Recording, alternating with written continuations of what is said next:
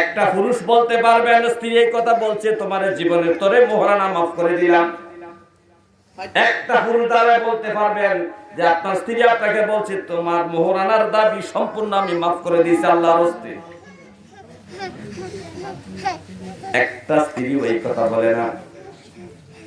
সাময়িকের জন্য আপনাকে সুযোগ দিছে, ক্ষমা করছে, পুরোপুরি আপনাকে ক্ষমা করে নাই। যদি পুরোপুরি আপনাকে ক্ষমা করে 5 মাস পরে বউটা ছাড়তে যায়, এর মোহরানা হক দাবি করবে কিনা বলেন? করবে। দাবি করেনি মোহরানা, তাহলে আমরা মাফ করে দিছি। বাসরাত্র আমরা মাফ করে দিছি, তা আবার দাবি করে কি লিগে? এতে বোঝা যায় আপনাকে সাময়িকের জন্য ক্ষমা করা হয়েছে, আপনাকে সুযোগ দেওয়া হয়েছে। আপনি অদূর ভবিষ্যতে আপনি সম্পদশালী হবেন আর মোহরানার টাকাটা স্ত্রীকে দিয়ে দিবেন। কিন্তু আমি বর্তমান সমাজের অবস্থায় দেখি 90% জন পুরুষ স্ত্রীর হকটা আদায় করে নাই, মোহরানাটা দেয় নাই। এই জন্য আজকে একটা নতুন সিস্টেম চালু হয়েছে। মৃত্যুর পরে লাশটা লইয়া বউর কাছে যায়, বলে তোমার মোহরানার হকটা মাফ করে দাও। আর তুমি এত গরিব হইলা, তোমার লক্ষ লক্ষ টাকার জায়গা জমি আছে, তোমার বিল্ডিং আছে, তোমার টাকা আছে, পয়সা আছে, ছেলে আছে, মেয়ে আছে, আজকে ভিক্ষুকের মতো স্বামীর কাছে স্ত্রীর কাছে যে এত মোহরানার মাফ চাও, লজ্জার বিষয় মুসলমানের কি থাকতে পারে? কেন তুমি মৃত্যুর আগে তোমার স্ত্রীর মোহরানা দাবিকে হক আদায় করলা না? তোমার তো 5 কানি জমি আছে, 1 ঘন্টা জমি তো মোহরানা হিসেবে দিয়ে দিতে পারতা। তোমার জমি আছে, জমি তো মোহরানার হক হিসেবে দিয়ে দিতে পারতা। স্ত্রীকে বলতা, স্ত্রী রে মোহরানা তো আজ থেকে 50 বছর আগে বিয়ে করছি, মোহরানা কি করছি এই তো আমার খেয়াল নাই। তবে তুমি আমাকে, আমি তোমারে এই 2 শতক জায়গা তোমার জমি দলিল করে দিলাম, তুমি আমার মোহরানার হকটা মাফ করে দাও আল্লাহর রাস্তায়। কি একটা পুরুষকে এই ঘটনা আছে, লাশটা নিয়ে বউর কাছে যাইয়া বউর কাছে মাফ চায় মোহরানার হক। আপনি মাফ চাইবেন কোন কারণে? যদি মোহরানা দিয়া থাকে মাফ চাওয়ার কোনো দরকার নাই। আপনি টাকা দিয়া দোকানদার থেকে কলা কিনছেন, কলা কিনার পরে টাকা দেওয়ার পরে যদি দোকানদার আল্লাহর রাস্তায় মাফ করে দেয়, কলাটা দিকে ভাই কি হেল্প করবেন? আল্লাহর রাস্তায় মাফ করে দিও, কলা বাড়িতে নিয়ে যায়, এই কথা আপনি কইবেন না। এই কারণে যেহেতু আমি টাকা দিয়া কলা কিনছি, তাহলে আপনি মৃত্যুর পরে মাফ এই জন্য চান, আপনি বাসরাতে মোহরানার হক দেন নাই। আপনার মৃত্যুর আগ পর্যন্ত আপনাকে সময় দেওয়া হয়েছে, তখন পর্যন্ত আমরা স্ত্রীর মোহরানার হক আদায় করেন নাই।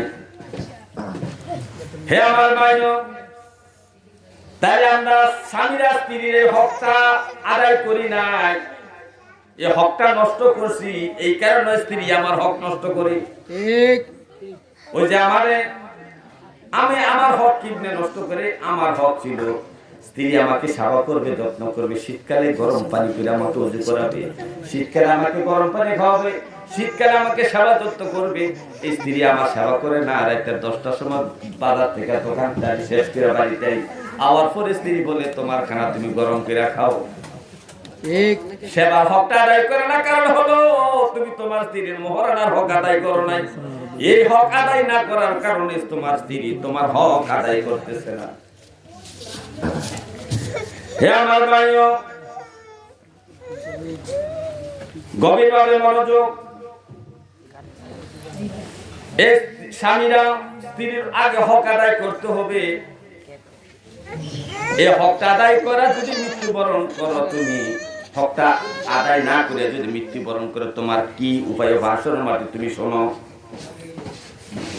নবীজি বলছেন, হে আমার উম্মতেরা শোনো, হাসরের মাঠে সব মানুষ দোকান হাজির হবে। একটা দোকানদারের মধ্যে অনেকগুলো ডায়েরি খাতা থাকে, ঠিক বাকি অনেকগুলো খাতা থাকে না?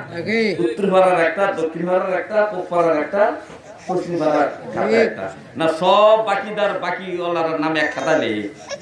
বড় বাজারকে সব বাকি ওলার খাতা এক খাতা নেই। বড়ুরার উত্তর বড়ুরার এই বাকি খাতা, দক্ষিণ বড়ুরা এইটা, অথবা ইউনিয়ন ভিত্তিক ভাগ করে নেয়, অথবা গ্রাম ভিত্তিক ভাগ করে নেয়, এরকম করে না?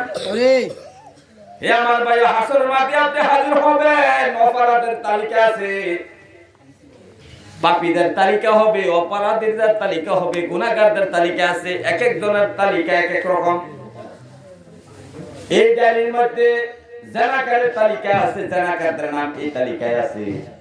এই ডায়েরির মধ্যে ঘুষখোরের নাম, এই ডায়েরির মধ্যে সুদখোরের নাম, এই ডায়েরির মধ্যে বেনামাজির নাম, এই ডায়েরির মধ্যে হজ ফরজ হওয়ার পর হজ করে নাই এমন ব্যক্তির নাম, এই ডায়েরির মধ্যে মহারানা হক আদায় করে না করে নাই এমন ব্যক্তির নাম এই ডায়েরির মধ্যে নাম আছে।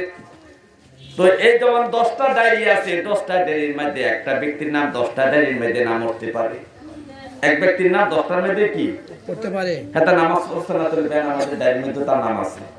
হেতে মোহরানা দিছে না, না দিয়ে মরছে, বউ বাপ করছে না, তখন জানাকার নাম তালিকা এতে নাম আছে আব্দুল করিমের নাম। উম্মা এটাতে গোসখোরের তালিকা একটা নাম আছে, সেই ডায়েরির মধ্যে আবার নাম আছে। আর কি করে আবার গোসল গেছে, এটা সুদখোরের তালিকা এক নাম, সেটার মধ্যে আবার নাম আছে। একজনের 5টা ডায়েরি 10টা ডায়েরির মধ্যে নাম উঠতে পারে। হে আমার ভাইও, হাসরের মাঠে অনেকগুলা ডায়েরি হবে, পাপীদের নামের ডায়েরি। এর মধ্যে একটা জানাকারীদের নামের ডায়েরি আছে। আমি যে ওয়াজটা করছি, প্রত্যেকটা মসজিদে জুমার খুতবার মধ্যে 12 সন্ধ্যায় খুতবাটা করা হয়। এর থেকে আমি একটু মুখস্থ ওয়াজ করি না, দেখে দেখে ওয়াজ করি, শোনেন। কারণ অনেকে বলবে যে হুজুর এটা নিজে বানাবেন, 12 সন্ধ্যার খুতবার মধ্যে হাদিসটা আছে, নবী বলছেন, হে আমার উম্মত, তোমরা যখন বিবাহ করো, বিবাহ করলে মোহরানাটা বিবির হক আদায় করে দিও। তোমরা যে একটা চুক্তি করে মোহরানা ধার্য করে বিবাহ করেছ, কম হোক আর বেশি হোক, যেটি নির্ধারণ করেছ, এই নির্ধারিত টাকাটা যদি না দিয়া বিবিকে ধোকা দিয়া যদি তুমি মৃত্যুবরণ করো, মানে বাসর রাতে তোমার স্ত্রী তোমাকে মাফ করছে, জীবনের তরে মাফ করে নাই, যদি মাফ করে তালাকের সময় আবার মোহরানা দাবি করে কেন? বুঝা যায় তোমাকে সাময়িকের জন্য মাফ করছে, শুধু বাসর রাত্র চলার জন্য, কয়েক বছর 50 বছর 30 বছর জীবন যাপনের জন্য, কিন্তু আজীবনের জন্য তোমার মোহরানার হক বিবি মাফ করে নাই। এই অবস্থায় যদি তুমি ধোকা দিয়া মৃত্যুবরণ করো, হাসরের মাঠে যখন তোমার নামটা কিন্তু জানাকারের ওই ডায়েরির মধ্যে তোমার নামটা দেখতে পাইবা। অপরাধ কি? অপরাধ হলো স্ত্রীর মোহরানা আদায় করে নাই, ধোকা দিয়া মৃত্যুবরণ করেছে। অথবা কিছু স্বামী আছে, অসুবিধা নাই, আজকে মাফ করো, ওদের ভবিষ্যতে টাকা পয়সা হইলে তোমার 50,000, 1 লাখ অথবা 2 লাখ অথবা 100 বা 200 বা 1 ঘন্টা বা 2 ঘন্টা অথবা একটা দোয়া তোমার নামে লিখে দেবো মোহরানার হক হিসাবে, এরকম হয়তো আশ্বাস দিছে। কিন্তু মৃত্যুর আগে এটা দেয় কি করে জানেন? তুমি তো আমার ঘরে খাও, আমার ঘরে খাও, তুমি আমি তো একই, তুমি আমি কি এক ঘরে থাই, এক খালি থাই, এক ঘরে থাই, আবার কি তোমার কি দিতাম, তো জমিটা আমার কাছে থাক, তুমি দিলে কি ঠিক না? এরকম মনে করে না? কিন্তু এটা হলো আমাদের মনের খামকে আনি, কিন্তু ফরজ তো সেই ফরজ হকটা আদায় করা, মোহরানার দেওয়া, কিন্তু আমরা দিচ্ছি না। তো নবীজি বলছেন, তোমরা যদি এই মোহরানা না দিয়া যদি মৃত্যুবরণ করো, ওই যে জানাকারের একটা ডায়েরি আছে, লম্বা ডায়েরি টাঙ্গানো, এই চাটের মধ্যে দেখবা আব্দুল করিমের নাম, ওই জানাকারের তালিকার মধ্যে আব্দুল করিমের নাম। তুমি আশ্চর্য জিজ্ঞাসা করবা, কোন কারণে? আমি তো বিবাহ করছি, 70 বছর মৃত্যুবরণ করেছি, আমি কেন জানাকারের তালিকায় থাকবো? আমি তো হালাল ভাবে বিয়ে করেছি, 3 বার কবুল করেছি, বিবিও 3 বার কবুল করেছি, বিবি আমার বাসর রাতে মোহরানা মাফ করে দিছে, এখন কোন আমার জানাকারের তালিকায় আমার নাম? তখন ফেরেশতারা ফিরাইবো আর বলবো, রে নাফরমান, নাফরমান, মৃত্যুর আগ পর্যন্ত তুই তোর তোর স্ত্রীর মোহরানার হক আদায় করিস না, আদায় না করে মৃত্যুবরণ করে কবরে আসো, হাসরে আসো, যার কারণে মোহরানার হক আদায় না করার কারণে তোমার এই 60 বছর 70 বছর স্বামী স্ত্রী সংসার জেনার অবস্থায় কাটাইছো।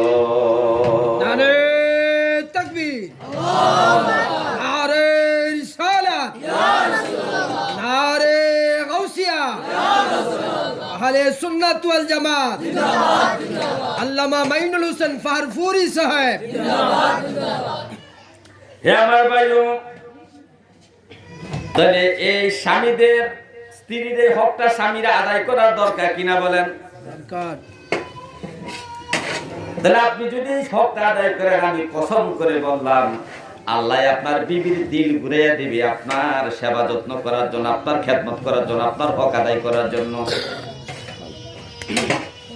এই জন্য বাবা আপনাদেরকে আমি হাতে পায়ে ধরে অনুরোধ করব, আপনি যা দিয়া পারেন 100 টাকা দিয়ে হলো বিবির কাছ থেকে মোহরানার হকটা মাপ নেন, প্রমাণ রাখেন, সাক্ষী রাখেন যে আমি মোহরানার হক দিয়ে দিয়েছি 5000 টাকা দিয়া, সাক্ষী রাখেন যেন মোহরানার জন্য হাসর মাঠে আপনাকে লজ্জিত না হতে হয়, আল্লাহর কাছে আপনার কাঠগড়ায় দাঁড়াইতে না হয়, বিবি যেন হাসর মাঠে আপনার জন্য বিচার না চাইতে পারে আল্লাহর কাছে।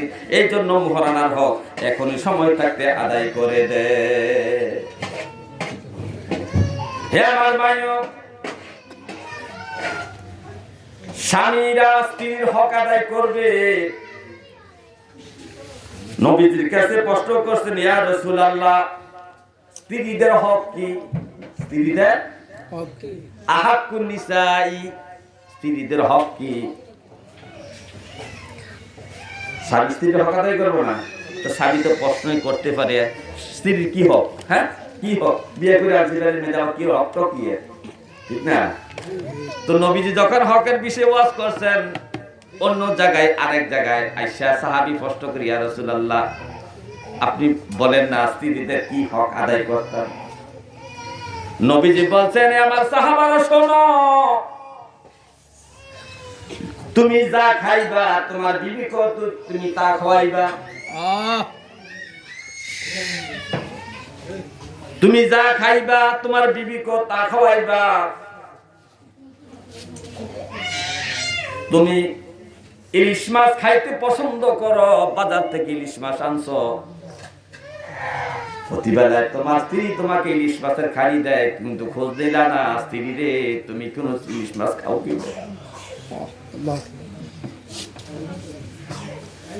এই প্রশ্নটা স্বামী করে নাই। আর স্ত্রীও স্বামীকে ভালোবাসে, স্বামীর যত রুচি কম ইলিশ মাছের রুচি বেশি, যার কারণে একটা মাছ কয়েক টুকরা করে প্রতিদিন প্রতিবেলা স্বামীকে ইলিশ মাছ খাওয়া। স্ত্রী তো এই আচরণটা করছে স্বামীর প্রতি ভালোবাসার কারণে, কিন্তু তুমি ভালোবাসা দেখাইলা কোন দিন? একদিনও তো স্ত্রীকে জিজ্ঞাসা করো নাই, স্ত্রী গো এই যে মাছ এত টাকা দিয়ে আনলাম, তুমি ইলিশ মাছের খালি খাইছো, আমার যে প্রতিবেলা খাও। এই জন্য নবী বলছে, উম্মত রে, তুমি যা খাইবা তোমার স্ত্রীকে তুমি তা খাইতে দিবা। হে আমার ভাইও, নবীজি বলছেন তুমি যা পরিধান করবা তোমার স্ত্রীকে তা পরিধান করতে দিবা। তুমি নতুন কাপড় প্রতিদিন পছন্দ করো, নতুন প্যান্ট শার্ট কিনতে তোমার ভালো লাগে, বহুদিন পরে পরে মার্কেটে যাও, সুপার মার্কেটে যাও, বিভিন্ন মার্কেটে যে নতুন নতুন কাপড় পরিধান করো, কিন্তু তোমার স্ত্রীকে তুমি 3 পিস কিনছো আর 6 মাস হয়েছে, 6 মাসের মাথায় তুমি 3 বার গেঞ্জি কিনছো, 3 বার জুতা কিনছো। তো নবীজি বলছে, আমার উম্মত, স্ত্রীর হক কি শোনো, তুমি যা পরিধান করবা তোমার স্ত্রীকে তুমি তা পরিধান করাইবা। তুমি নতুন কাপড় আজকে কিনলে তোমার স্ত্রীকে নতুন কাপড় কিনাইবা, অথবা স্ত্রীকে প্রশ্ন করবা, স্ত্রী গো তোমার কিছু লাগবে নি, ও কাপড় চোপড় কিনা লাগবে নি। আরে আপনি তো আপনার স্ত্রীর শরীরের কাপড়ের নমুনা দেখে বুঝেন কাপড়টা নতুন না পুরাতন। সুবহানাল্লাহ, নতুন না পুরাতন এটা দেখতে তো বোঝা যায়, এটা জিজ্ঞাসা করার লাগে না। আপনি তো বাজার থেকে আপনার প্যান্টের সাথে স্ত্রীর জন্য একটা 3 পিস কিনে নিয়ে আসতে পারে। হে আমার ভাইও, হাদিসটা লম্বা হাদিস। নবীজি বললেন, 2টা কথা বললেন, তুমি যা খাইবা তোমার স্ত্রীকে তা খাওয়াইবা, তুমি যা পরিধান করবা তোমার স্ত্রীকে তা পরিধান করাইবা। এই 2টা হক। 3 নাম্বার হক হলো তোমার স্ত্রীর মুখের মধ্যে তুমি আঘাত করবা না। যদি তুমি স্ত্রীকে মারতে যাও, রাগের বশতে চর দাও, আঘাত করতে যাও, সাবধান উম্মত, তোমার স্ত্রীর চেহারার মধ্যে আঘাত করবা না, গালের মধ্যে মুখের মধ্যে চর দিবা না, ঘুষি দিবা না। মুহাদ্দিসে কেরাম বলতেছেন, এই ঘটনার কারণ হইল স্বয়ং আল্লাহ তাআলা মানুষের চেহারাটা নিজ কুদরতি হাতে বানাইছেন, কোথায় নাকটা দেওয়ার দরকার, নাকটা টিপে টিপে সুন্দর করে বানাইছেন, কোথায় চোখ দরকার, কোথায় ভ্রু দরকার, কোথায় ঠোঁট দরকার, কেমন ঠোঁটের দরকার, কেমন গাল দরকার, কেমন কি দরকার, কেমন কান দরকার, সব কিছু আল্লাহ তাআলা নিজে কুদরতি হাতের দ্বারা মানুষের চেহারা বানাইছেন।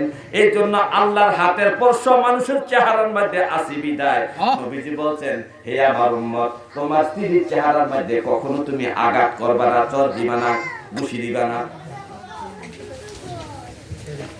হে আমার ভাইও, এই যে ওয়াজ করছি 12 চন্দ্র খুতবার মধ্যে ওয়াজ কি বলা স্যার, ঠিক 12 চন্দ্র খুতবার মধ্যে হাদিস। আরে ভাই এখন বিভিন্ন জায়গায় ওয়াজ মাহফিল হয়, এই সমস্ত ওয়াজ জীবনে শুনবেন না। জুমার বয়ানে যে আলোচনা হয়, যতটুকু দিন শিক্ষার আলোচনা করা হয়, ইসলাম শিক্ষার ঈমানি কথা, আমলি কথা যতটুকু জুমার মসজিদে আলোচনা হয় আধা ঘন্টার মধ্যে, একটা মাহফিলের মধ্যে, বড় বড় মাহফিলের মধ্যে 3-4 ঘন্টার মধ্যে আলোচনার নামগন্ধ নাই। ঠিক এই সমস্ত মাহফিলের দ্বারা আপনি কিছুদিন শিখতে পারবেন না। কারণ বক্তার আছে টাকার লোভে, হাদিয়ার লোভে, পাবলিককে কিভাবে খুশি করবে, কণ্ঠের দ্বারা, গজলের দ্বারা, নাচানাচির দ্বারা, কৌতুকের দ্বারা, বিভিন্ন অভিনয়ের দ্বারা। তাদের টেনশন হলো কিভাবে আপনার কাছ থেকে 50,000 টাকা হাদিয়া খুলে নিবে। ওই খোলার জন্য যত আনন্দ উল্লাস, রং তামাশা করার দরকার, গলাবাজি দরকার, এই মাহফিলের মধ্যে সে করবে, কিন্তু আপনার হেদায়েতের জন্য কিছু সে করে যাবে না। ঠিক কিন্তু আপনার মসজিদের, জুমার মসজিদের ইমাম জুমার বয়ানে যতটুকু দ্বীনি হেদায়েতের কথা এই খুতবা থেকে আলোচনা করে, খোদার কসম কোন মাহফিলের মধ্যে এতটুকু দিনের আলোচনা হয় না। শুধু সমালোচনা, গীবত আর রং ঢং। হে আমার ভাইও, তো তিন নাম্বার হক হলো বোর, গালের মধ্যে, চেহারার মধ্যে আঘাত করা যাবে না। 4 নাম্বার হক হইল বউ তো ভুল করতেই পারে, ভুল করতেই পারে, আর ভুল করবে না কেন মিয়া? ভুল কেন করবে না? হে ভাই, আপনি পুরুষ, আপনার জন্ম কিন্তু জমিনে। মানুষের জন্ম কোথায়? পুরুষের জন্ম কোথায়? জমিনে। এই পুরুষের জন্ম জমিনে। এই আরব দেশে 40,000 বছর পর্যন্ত আদম আলাইহিস সালামের মূর্তিরা বানাইয়া ফালাইয়া রাখছে। তায়েফ এবং মক্কা মাঝামাঝি অবস্থার মধ্যে আল্লাহ তাআলা আদম আলাইহিস সালামকে বানাইছেন, রোদ্রে শুকাইছেন। তো এই জায়গায় শুকাইয়া, এই জায়গায় প্রাণ দিয়া, এই জায়গায় রূহ ঢুকাইছে জমিনে, তরতাজা জীবন্ত হয়েছে। তখন আল্লাহ উঠে তাকে জান্নাতে স্থান দিয়েছেন। তার মানুষের জন্ম কোথায়? এই পুরুষের জন্ম কোথায়? মাটিতে। পুরুষের জন্ম কোথায়? মাটিতে বানাইছে, মাটিতে জন্ম, মাটিতে তার বসবাস। এই জন্য পুরুষ জাতি মাটির কাজ করতে, কৃষি কাজ করতে সবচেয়ে ভালোবাসে। এর জন্য দেখবেন সমস্ত পৃথিবীর মধ্যে প্রায় দেশে কৃষি কাজের সংখ্যা 90%, 50%। আমার বাংলাদেশের মানুষের মধ্যে 18 কোটি মানুষের মধ্যে 80% মানুষ কৃষি কাজ করে। তার কারণ 80% মানুষ যেহেতু কৃষি কাজ করে, এতে বোঝা যায় কৃষি কাজটা, মাটি সাইডের কাজটা বেশি পছন্দ করে পুরুষ। এই কারণে তারা 80% কৃষক। এই কারণে পছন্দ করে তাকে সৃষ্টি করা হয়েছে মাটিতে, মাটি দিয়া, মাটির মধ্যে তাকে এই জমিনের মধ্যে সৃষ্টি করা হয়েছে। এই কারণে পুরুষ জাত কৃষি কাজ করতে মহাব্বত করে। কিন্তু আপনার আমার বিবিকে কোথায় সৃষ্টি করতে জানেন? আপনার আমার বউর সৃষ্টি করে জানেন? আরে মিয়া, বাবা আদম আলাইহিস সালাম শুয়ে আছে, খাটের মধ্যে শুয়ে শুয়ে টেনশন করতেছে, জান্নাতে আইলাম, আমার মতো আর কেউ দেখি না, সব দিন নূরের মানুষ, আমি হলাম মাটির মানুষ। আমি কি ফেরেশতারা সব নূরের না? জান্নাতে যে ফেরেশতারা আছে খাটেন, তারা তো নূরের। আরে আমার মতো আর কেউ নাই। এখন যদি আমার মতো একজন অন্য জাতি হইতো, আমার লিঙ্গের বিপরীত একটা লিঙ্গ হইতো, কত না ভালো হইতো। আদম টেনশন করতেছে, আমার আব্বার টেনশনটা আমার আল্লাহ বুঝতে পারছে। আব্বাই যখন ঘুমাইছে, আব্বার বুকের বাম দিকের একটা হাড় ভাঙিয়ে আছে, খুলে আছে অপারেশন করে। অনেক গুরুত্বপূর্ণ একটা অপারেশন আল্লাহ নিজে কুদরতি হাতে করেছেন, কোন ফেরেশতা দ্বারা করেন নাই। এই বুকের একটা হাড় অপারেশন করে বাইর করে না, আল্লাহ তাআলা এই হাড় দিকে বললেন কুন ফায়াকুন। হাওয়া হয়ে যাওয়া হাওয়া হয়ে গিয়েছে।